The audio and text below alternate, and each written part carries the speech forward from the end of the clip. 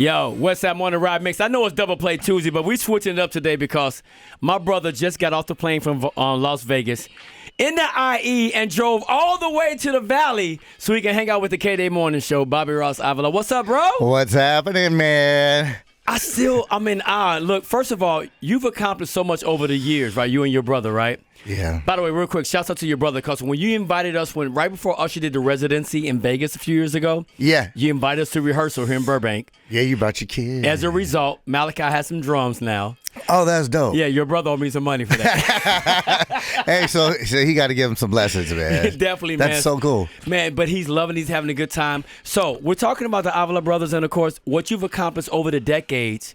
You were putting things together for Usher before the residency. But what was it like when you got the call when Usher wanted you all to be part of Super Bowl 58? Man, it was surreal. Last year, because I'm a diehard Chiefs fan, me and my bro. My family is. Oh, that's dope. Okay. So last year, it was like they were in Phoenix. Yeah. Easy flight. Let's go check it out. But we were kind of on the fence. So what I did was I flew out. Lil Jon was having, he was doing a pool party. Gronkowski always does these parties, Super Bowl parties. Okay. So he had a set. Mm-hmm. And I flew down there, and I was like, I'll just go back home and watch it with the family. Yeah. So a year goes by. My boys didn't have a really good postseason. Yeah. And then they just, greatness just got turned on really quick. Yeah, and all of a sudden we get this call Sunday morning. And I actually kind of predicted it a little bit. You did? In August, I said, I think Ush might be doing the Super Bowl. The way he was owning Vegas with his residency, with all the posts, I felt like it was leading up to that. But who knew, right? And who knew? And also, Lil Jon had said this, like, when we did the Caesar's Palace residency. He said, if we do this right, man, who knows? You could do the Super Bowl. And when we got the call, it was like, we were just talking about it last night. It's like serendipity. So I was with Lil Jon doing a pool party. And now we're on stage together, and I love that dude to death. That's like my bro. Yeah, he's good people. And Ush, I'm looking, at my brother on the stage, just prepping all week. Yeah. We've just lived in Vegas for like 3-4 months, and my team's there, my family's there. I got my mom and dad, got my kids there. To hand something like that back to our mentors, Jimmy Jam and Terry Lewis, yes. and for them to be proud and for them to see where we're at, and all my Minneapolis guys, mint condition, and I think it was so overwhelming, man. It's like, and then we win the Super Bowl. Yeah. Me and my brother literally, we're like by the concession stands, and we're running in the hallway like screaming, looking at each other like, we did it, like we did it. It was so surreal, and it's a testament to how powerful the gift is, and how powerful music is, and where it can take you. And it truly was the biggest stage that we've ever been on, and I was going to ask it was so that. Overwhelming, man. Yeah, Bobby Ross Avila hanging out with the K-Day Morning Show, one half of the Avila brothers who represented, and they were the music behind the scene at Super Bowl 58, making sure it all happened. So, look, you've done a lot of things. You've accomplished a lot. You've been doing this for several decades. I seen your brother put a post up, I think like 30 years. I was like, what? When did they start? When they were 2? It's like, so some of the groups that you work with, we know about the project you did with Snoop Dogg, right? Yeah. And, of course, with Billy Ray Cyrus, which was so dope. Yeah. Like, you've touched a lot of artists, but for you to say that this is one of the biggest moments, and you've been in the game that long, that says a lot, bro. It really is. I mean, I look at we did America's Got Talent, we the Grammys and all. It's just nothing in comparison to the Super Bowl. I mean, Super Bowl is like in every home. Come on, right? now. You know what I mean? Not everybody's going to be watching and tuning into the Grammys or the Oscars or the Emmys. The Super Bowl is just one of those moments in time where, family are together. And that was the thing for us. It's like, how do we take – the great thing about Usher is he's got such a great body of work.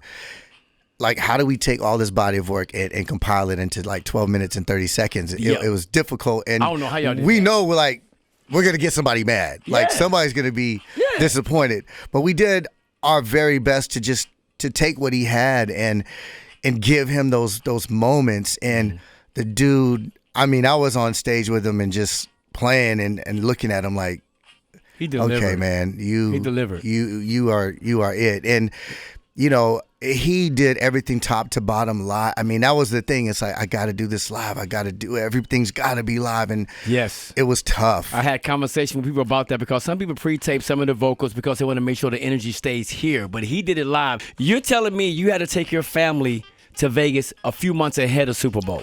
Yeah. The key was to live in Vegas. The studio that we used was very contained and very exclusive. Being out in LA or metropolitan areas, it just, you don't get that intimacy. So we really wanted to zone out, and just stay in the moment. Make sure that we were in tune with Vegas. This was the first Super Bowl in Vegas, and just not necessarily the pressure, but just having to understand and understanding that this thing is gonna live forever.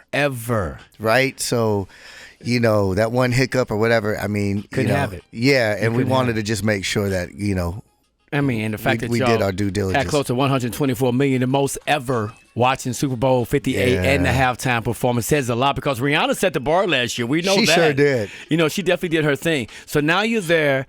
What was the process like for you guys and Usher to come up with the set list for Super Bowl 58? One thing that we did was just collectively understand that this has got to be a great musical moment. And within the great musical moment, we also had to approach this to where, there might not be some Usher fans. Okay. So the object of the game was let's get some new fans, right? And Lil Jon did an incredible job as a musical novice and put together this body of work and said, look, if I was on stage, this is how we would rock the crowd. And with that, we just kind of tossed things up and down and worked with Ahmed, who handled all the production and choreography with Rio. And, it was one of them things where we all just kind of collectively worked together. It was a true collaboration. It was a very true collaboration. It was Lil Jon, my brother, Chronic, Ahmed, Usher. And there was like a time where Usher wanted other things and dynamics. And it was like, bro, we need you here. And those moments for us, being with him for all these years, it was just like, him being expressive of at 8 years old, he thought of, how great would it be for me to be on a Super Bowl. Did you see a different type of nervousness within Usher knowing this was the actual Super Bowl? You know what I seen with him? What'd you see?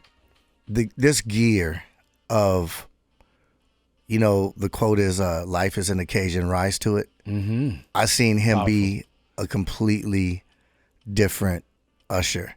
And when I say he was sharp, he was physicality. I mean, he's an athlete at the end of the day, his dancing, his vocals. I mean, he was so excited, so in tune with the process and the moment that was being presented to him, that he was just so elite to me. And like I said, when he started ticking, and we had practiced it, forever. Right. But when I seen him on Showtime, I had a moment where I just looked at him. I was like, damn, you bad. He's that guy. He's the guy. He's earned his keep. The body of work he has speaks for itself. Yeah. I mean, also being there with JD, man. I mean, Jermaine put so much creativity and so much of himself into the brand of Usher. Definitely. For all of us to share this moment together was so incredible. And now, we're getting the numbers, and we normally don't look at that stuff. It's like, okay, you did it. We let it go. Our thing. We're not going to trip. But to see it, it's the just impact, it was amazing. Yeah. And the thing is I got to get back because there's a couple more surprises that are around the corner. Okay.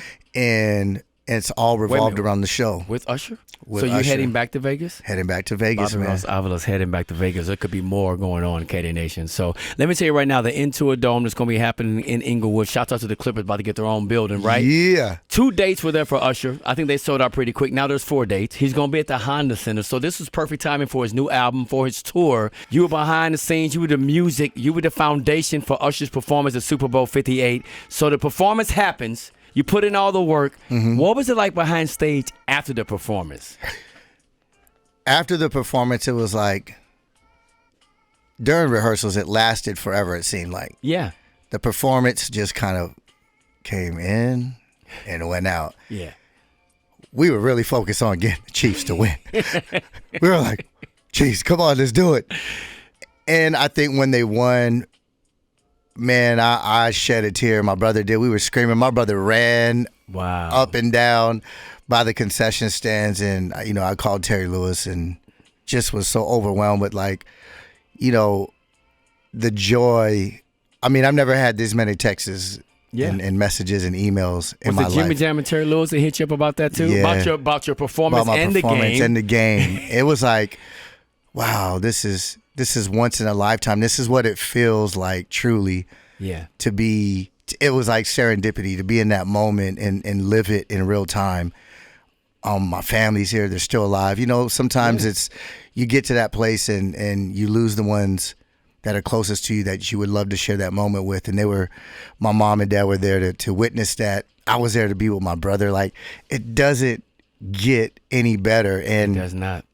It was like being on cloud nine for real. And, you know, I have this clip on my phone before it's going out, and Lil Jon looks at me and he's like, and there's all these people. There's, you know, Will.i.am, JD, and he looks at me and he said, yo, we made it.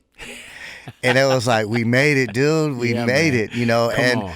You know, to hear the impact and to see the impact that the Super Bowl had in the world, and how, you know, the numbers are crazy. And it's like, it ain't even like, okay, we beat Rihanna. It's like, wow, we did our job. And this is where it took us, you know. And you can't predict that. You know, we say we have a plan, and then there's God's plan. Because at the end of the day, what you want to do is bring together amazing performance and just make sure it's right for the people. Yeah. And the numbers don't lie. I don't care what you talk about in life. They don't. Yep. We might make up a scenario, but the numbers don't lie. That was the thing too. Like, being able to create an experience for the viewers at home that felt right, and then also create an experience for the people who were in the actual stadium, and it translate, you know, to both audiences was really our goal. Yeah. At the end of the day. Bobby Ross, Avila, hanging out in the studio. Of course, your brother is. You guys did your thing. You've been doing things for decades now. Yeah. You've worked with Usher for many years. You got him ready for his residency. Then you were part of Super Bowl 58. So here we are. We're in the stadium, and a lot of your peers are there watching you guys do your thing. Yeah. How did that feel, conversating with them, like rubbing elbows with them afterwards? That was like amazing. You know, I've been looking at so many messages, and, you know, Mint Conditions hit me up. What up, Stokely? You know, we're proud of you, Corey Rooney, you know, Ice-T.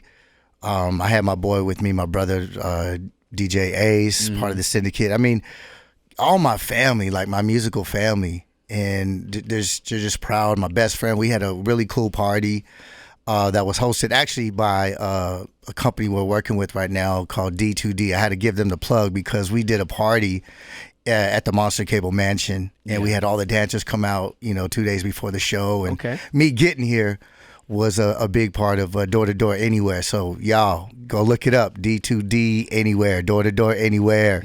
You know, it was just amazing to be able to have everybody embrace what we're doing, and I think as a creator and being in music, you always want your peers to love what you do and what you create, and it makes me happy that inside in my spirit, I'm very content to know that, you know, we did it right, and you know, everybody was excited for us. You definitely did it right, and you represent the West Coast, LA, the IE. The IE all the way, man. So, like, this is Family KD Nation. If you don't know now, you know. How can they follow you on IG, bro?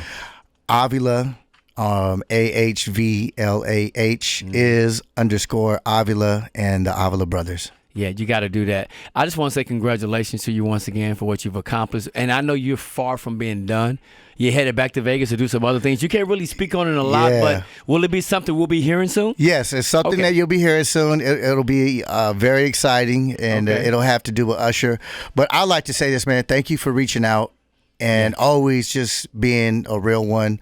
I think what's really, truly amazing is that I could honestly say I'm great, because I've had incredible people invest into me, and you're one of the investors, bro. And I think for us, it's a privilege for us to share this moment with people we care about, and we're only as good as the shoulders we stand on, man. And that's really the truth, and I think we truly live by that each and every day. So getting on a plane, we always say I could die in an airplane and gas is too expensive. So where I spend my time, I'm here because that's where my heart is, man. And I really appreciate the love that you've always had for me and Iz. Well, Cece and I both got number man, love our for you girl guys. right there, Come on wherever now. she is at. She a I boss. love you. Girl, you are a Latina queen. You my sis. So Yo. yeah, jump up, put your hands up and scream. Blow me kisses in the air right now. I love you. I tell her all the time she's the queen of LA. Cece, you know we got number love for you. Check her out this afternoon doing her thing from 3 to 7. She's hustling. I'm hustling. It's an honor, man, to have you in the building. Congratulations to you and your family. And I know you're far from being done. So I cannot wait to see what's next with you. All right, bro? Thank you so much, bro.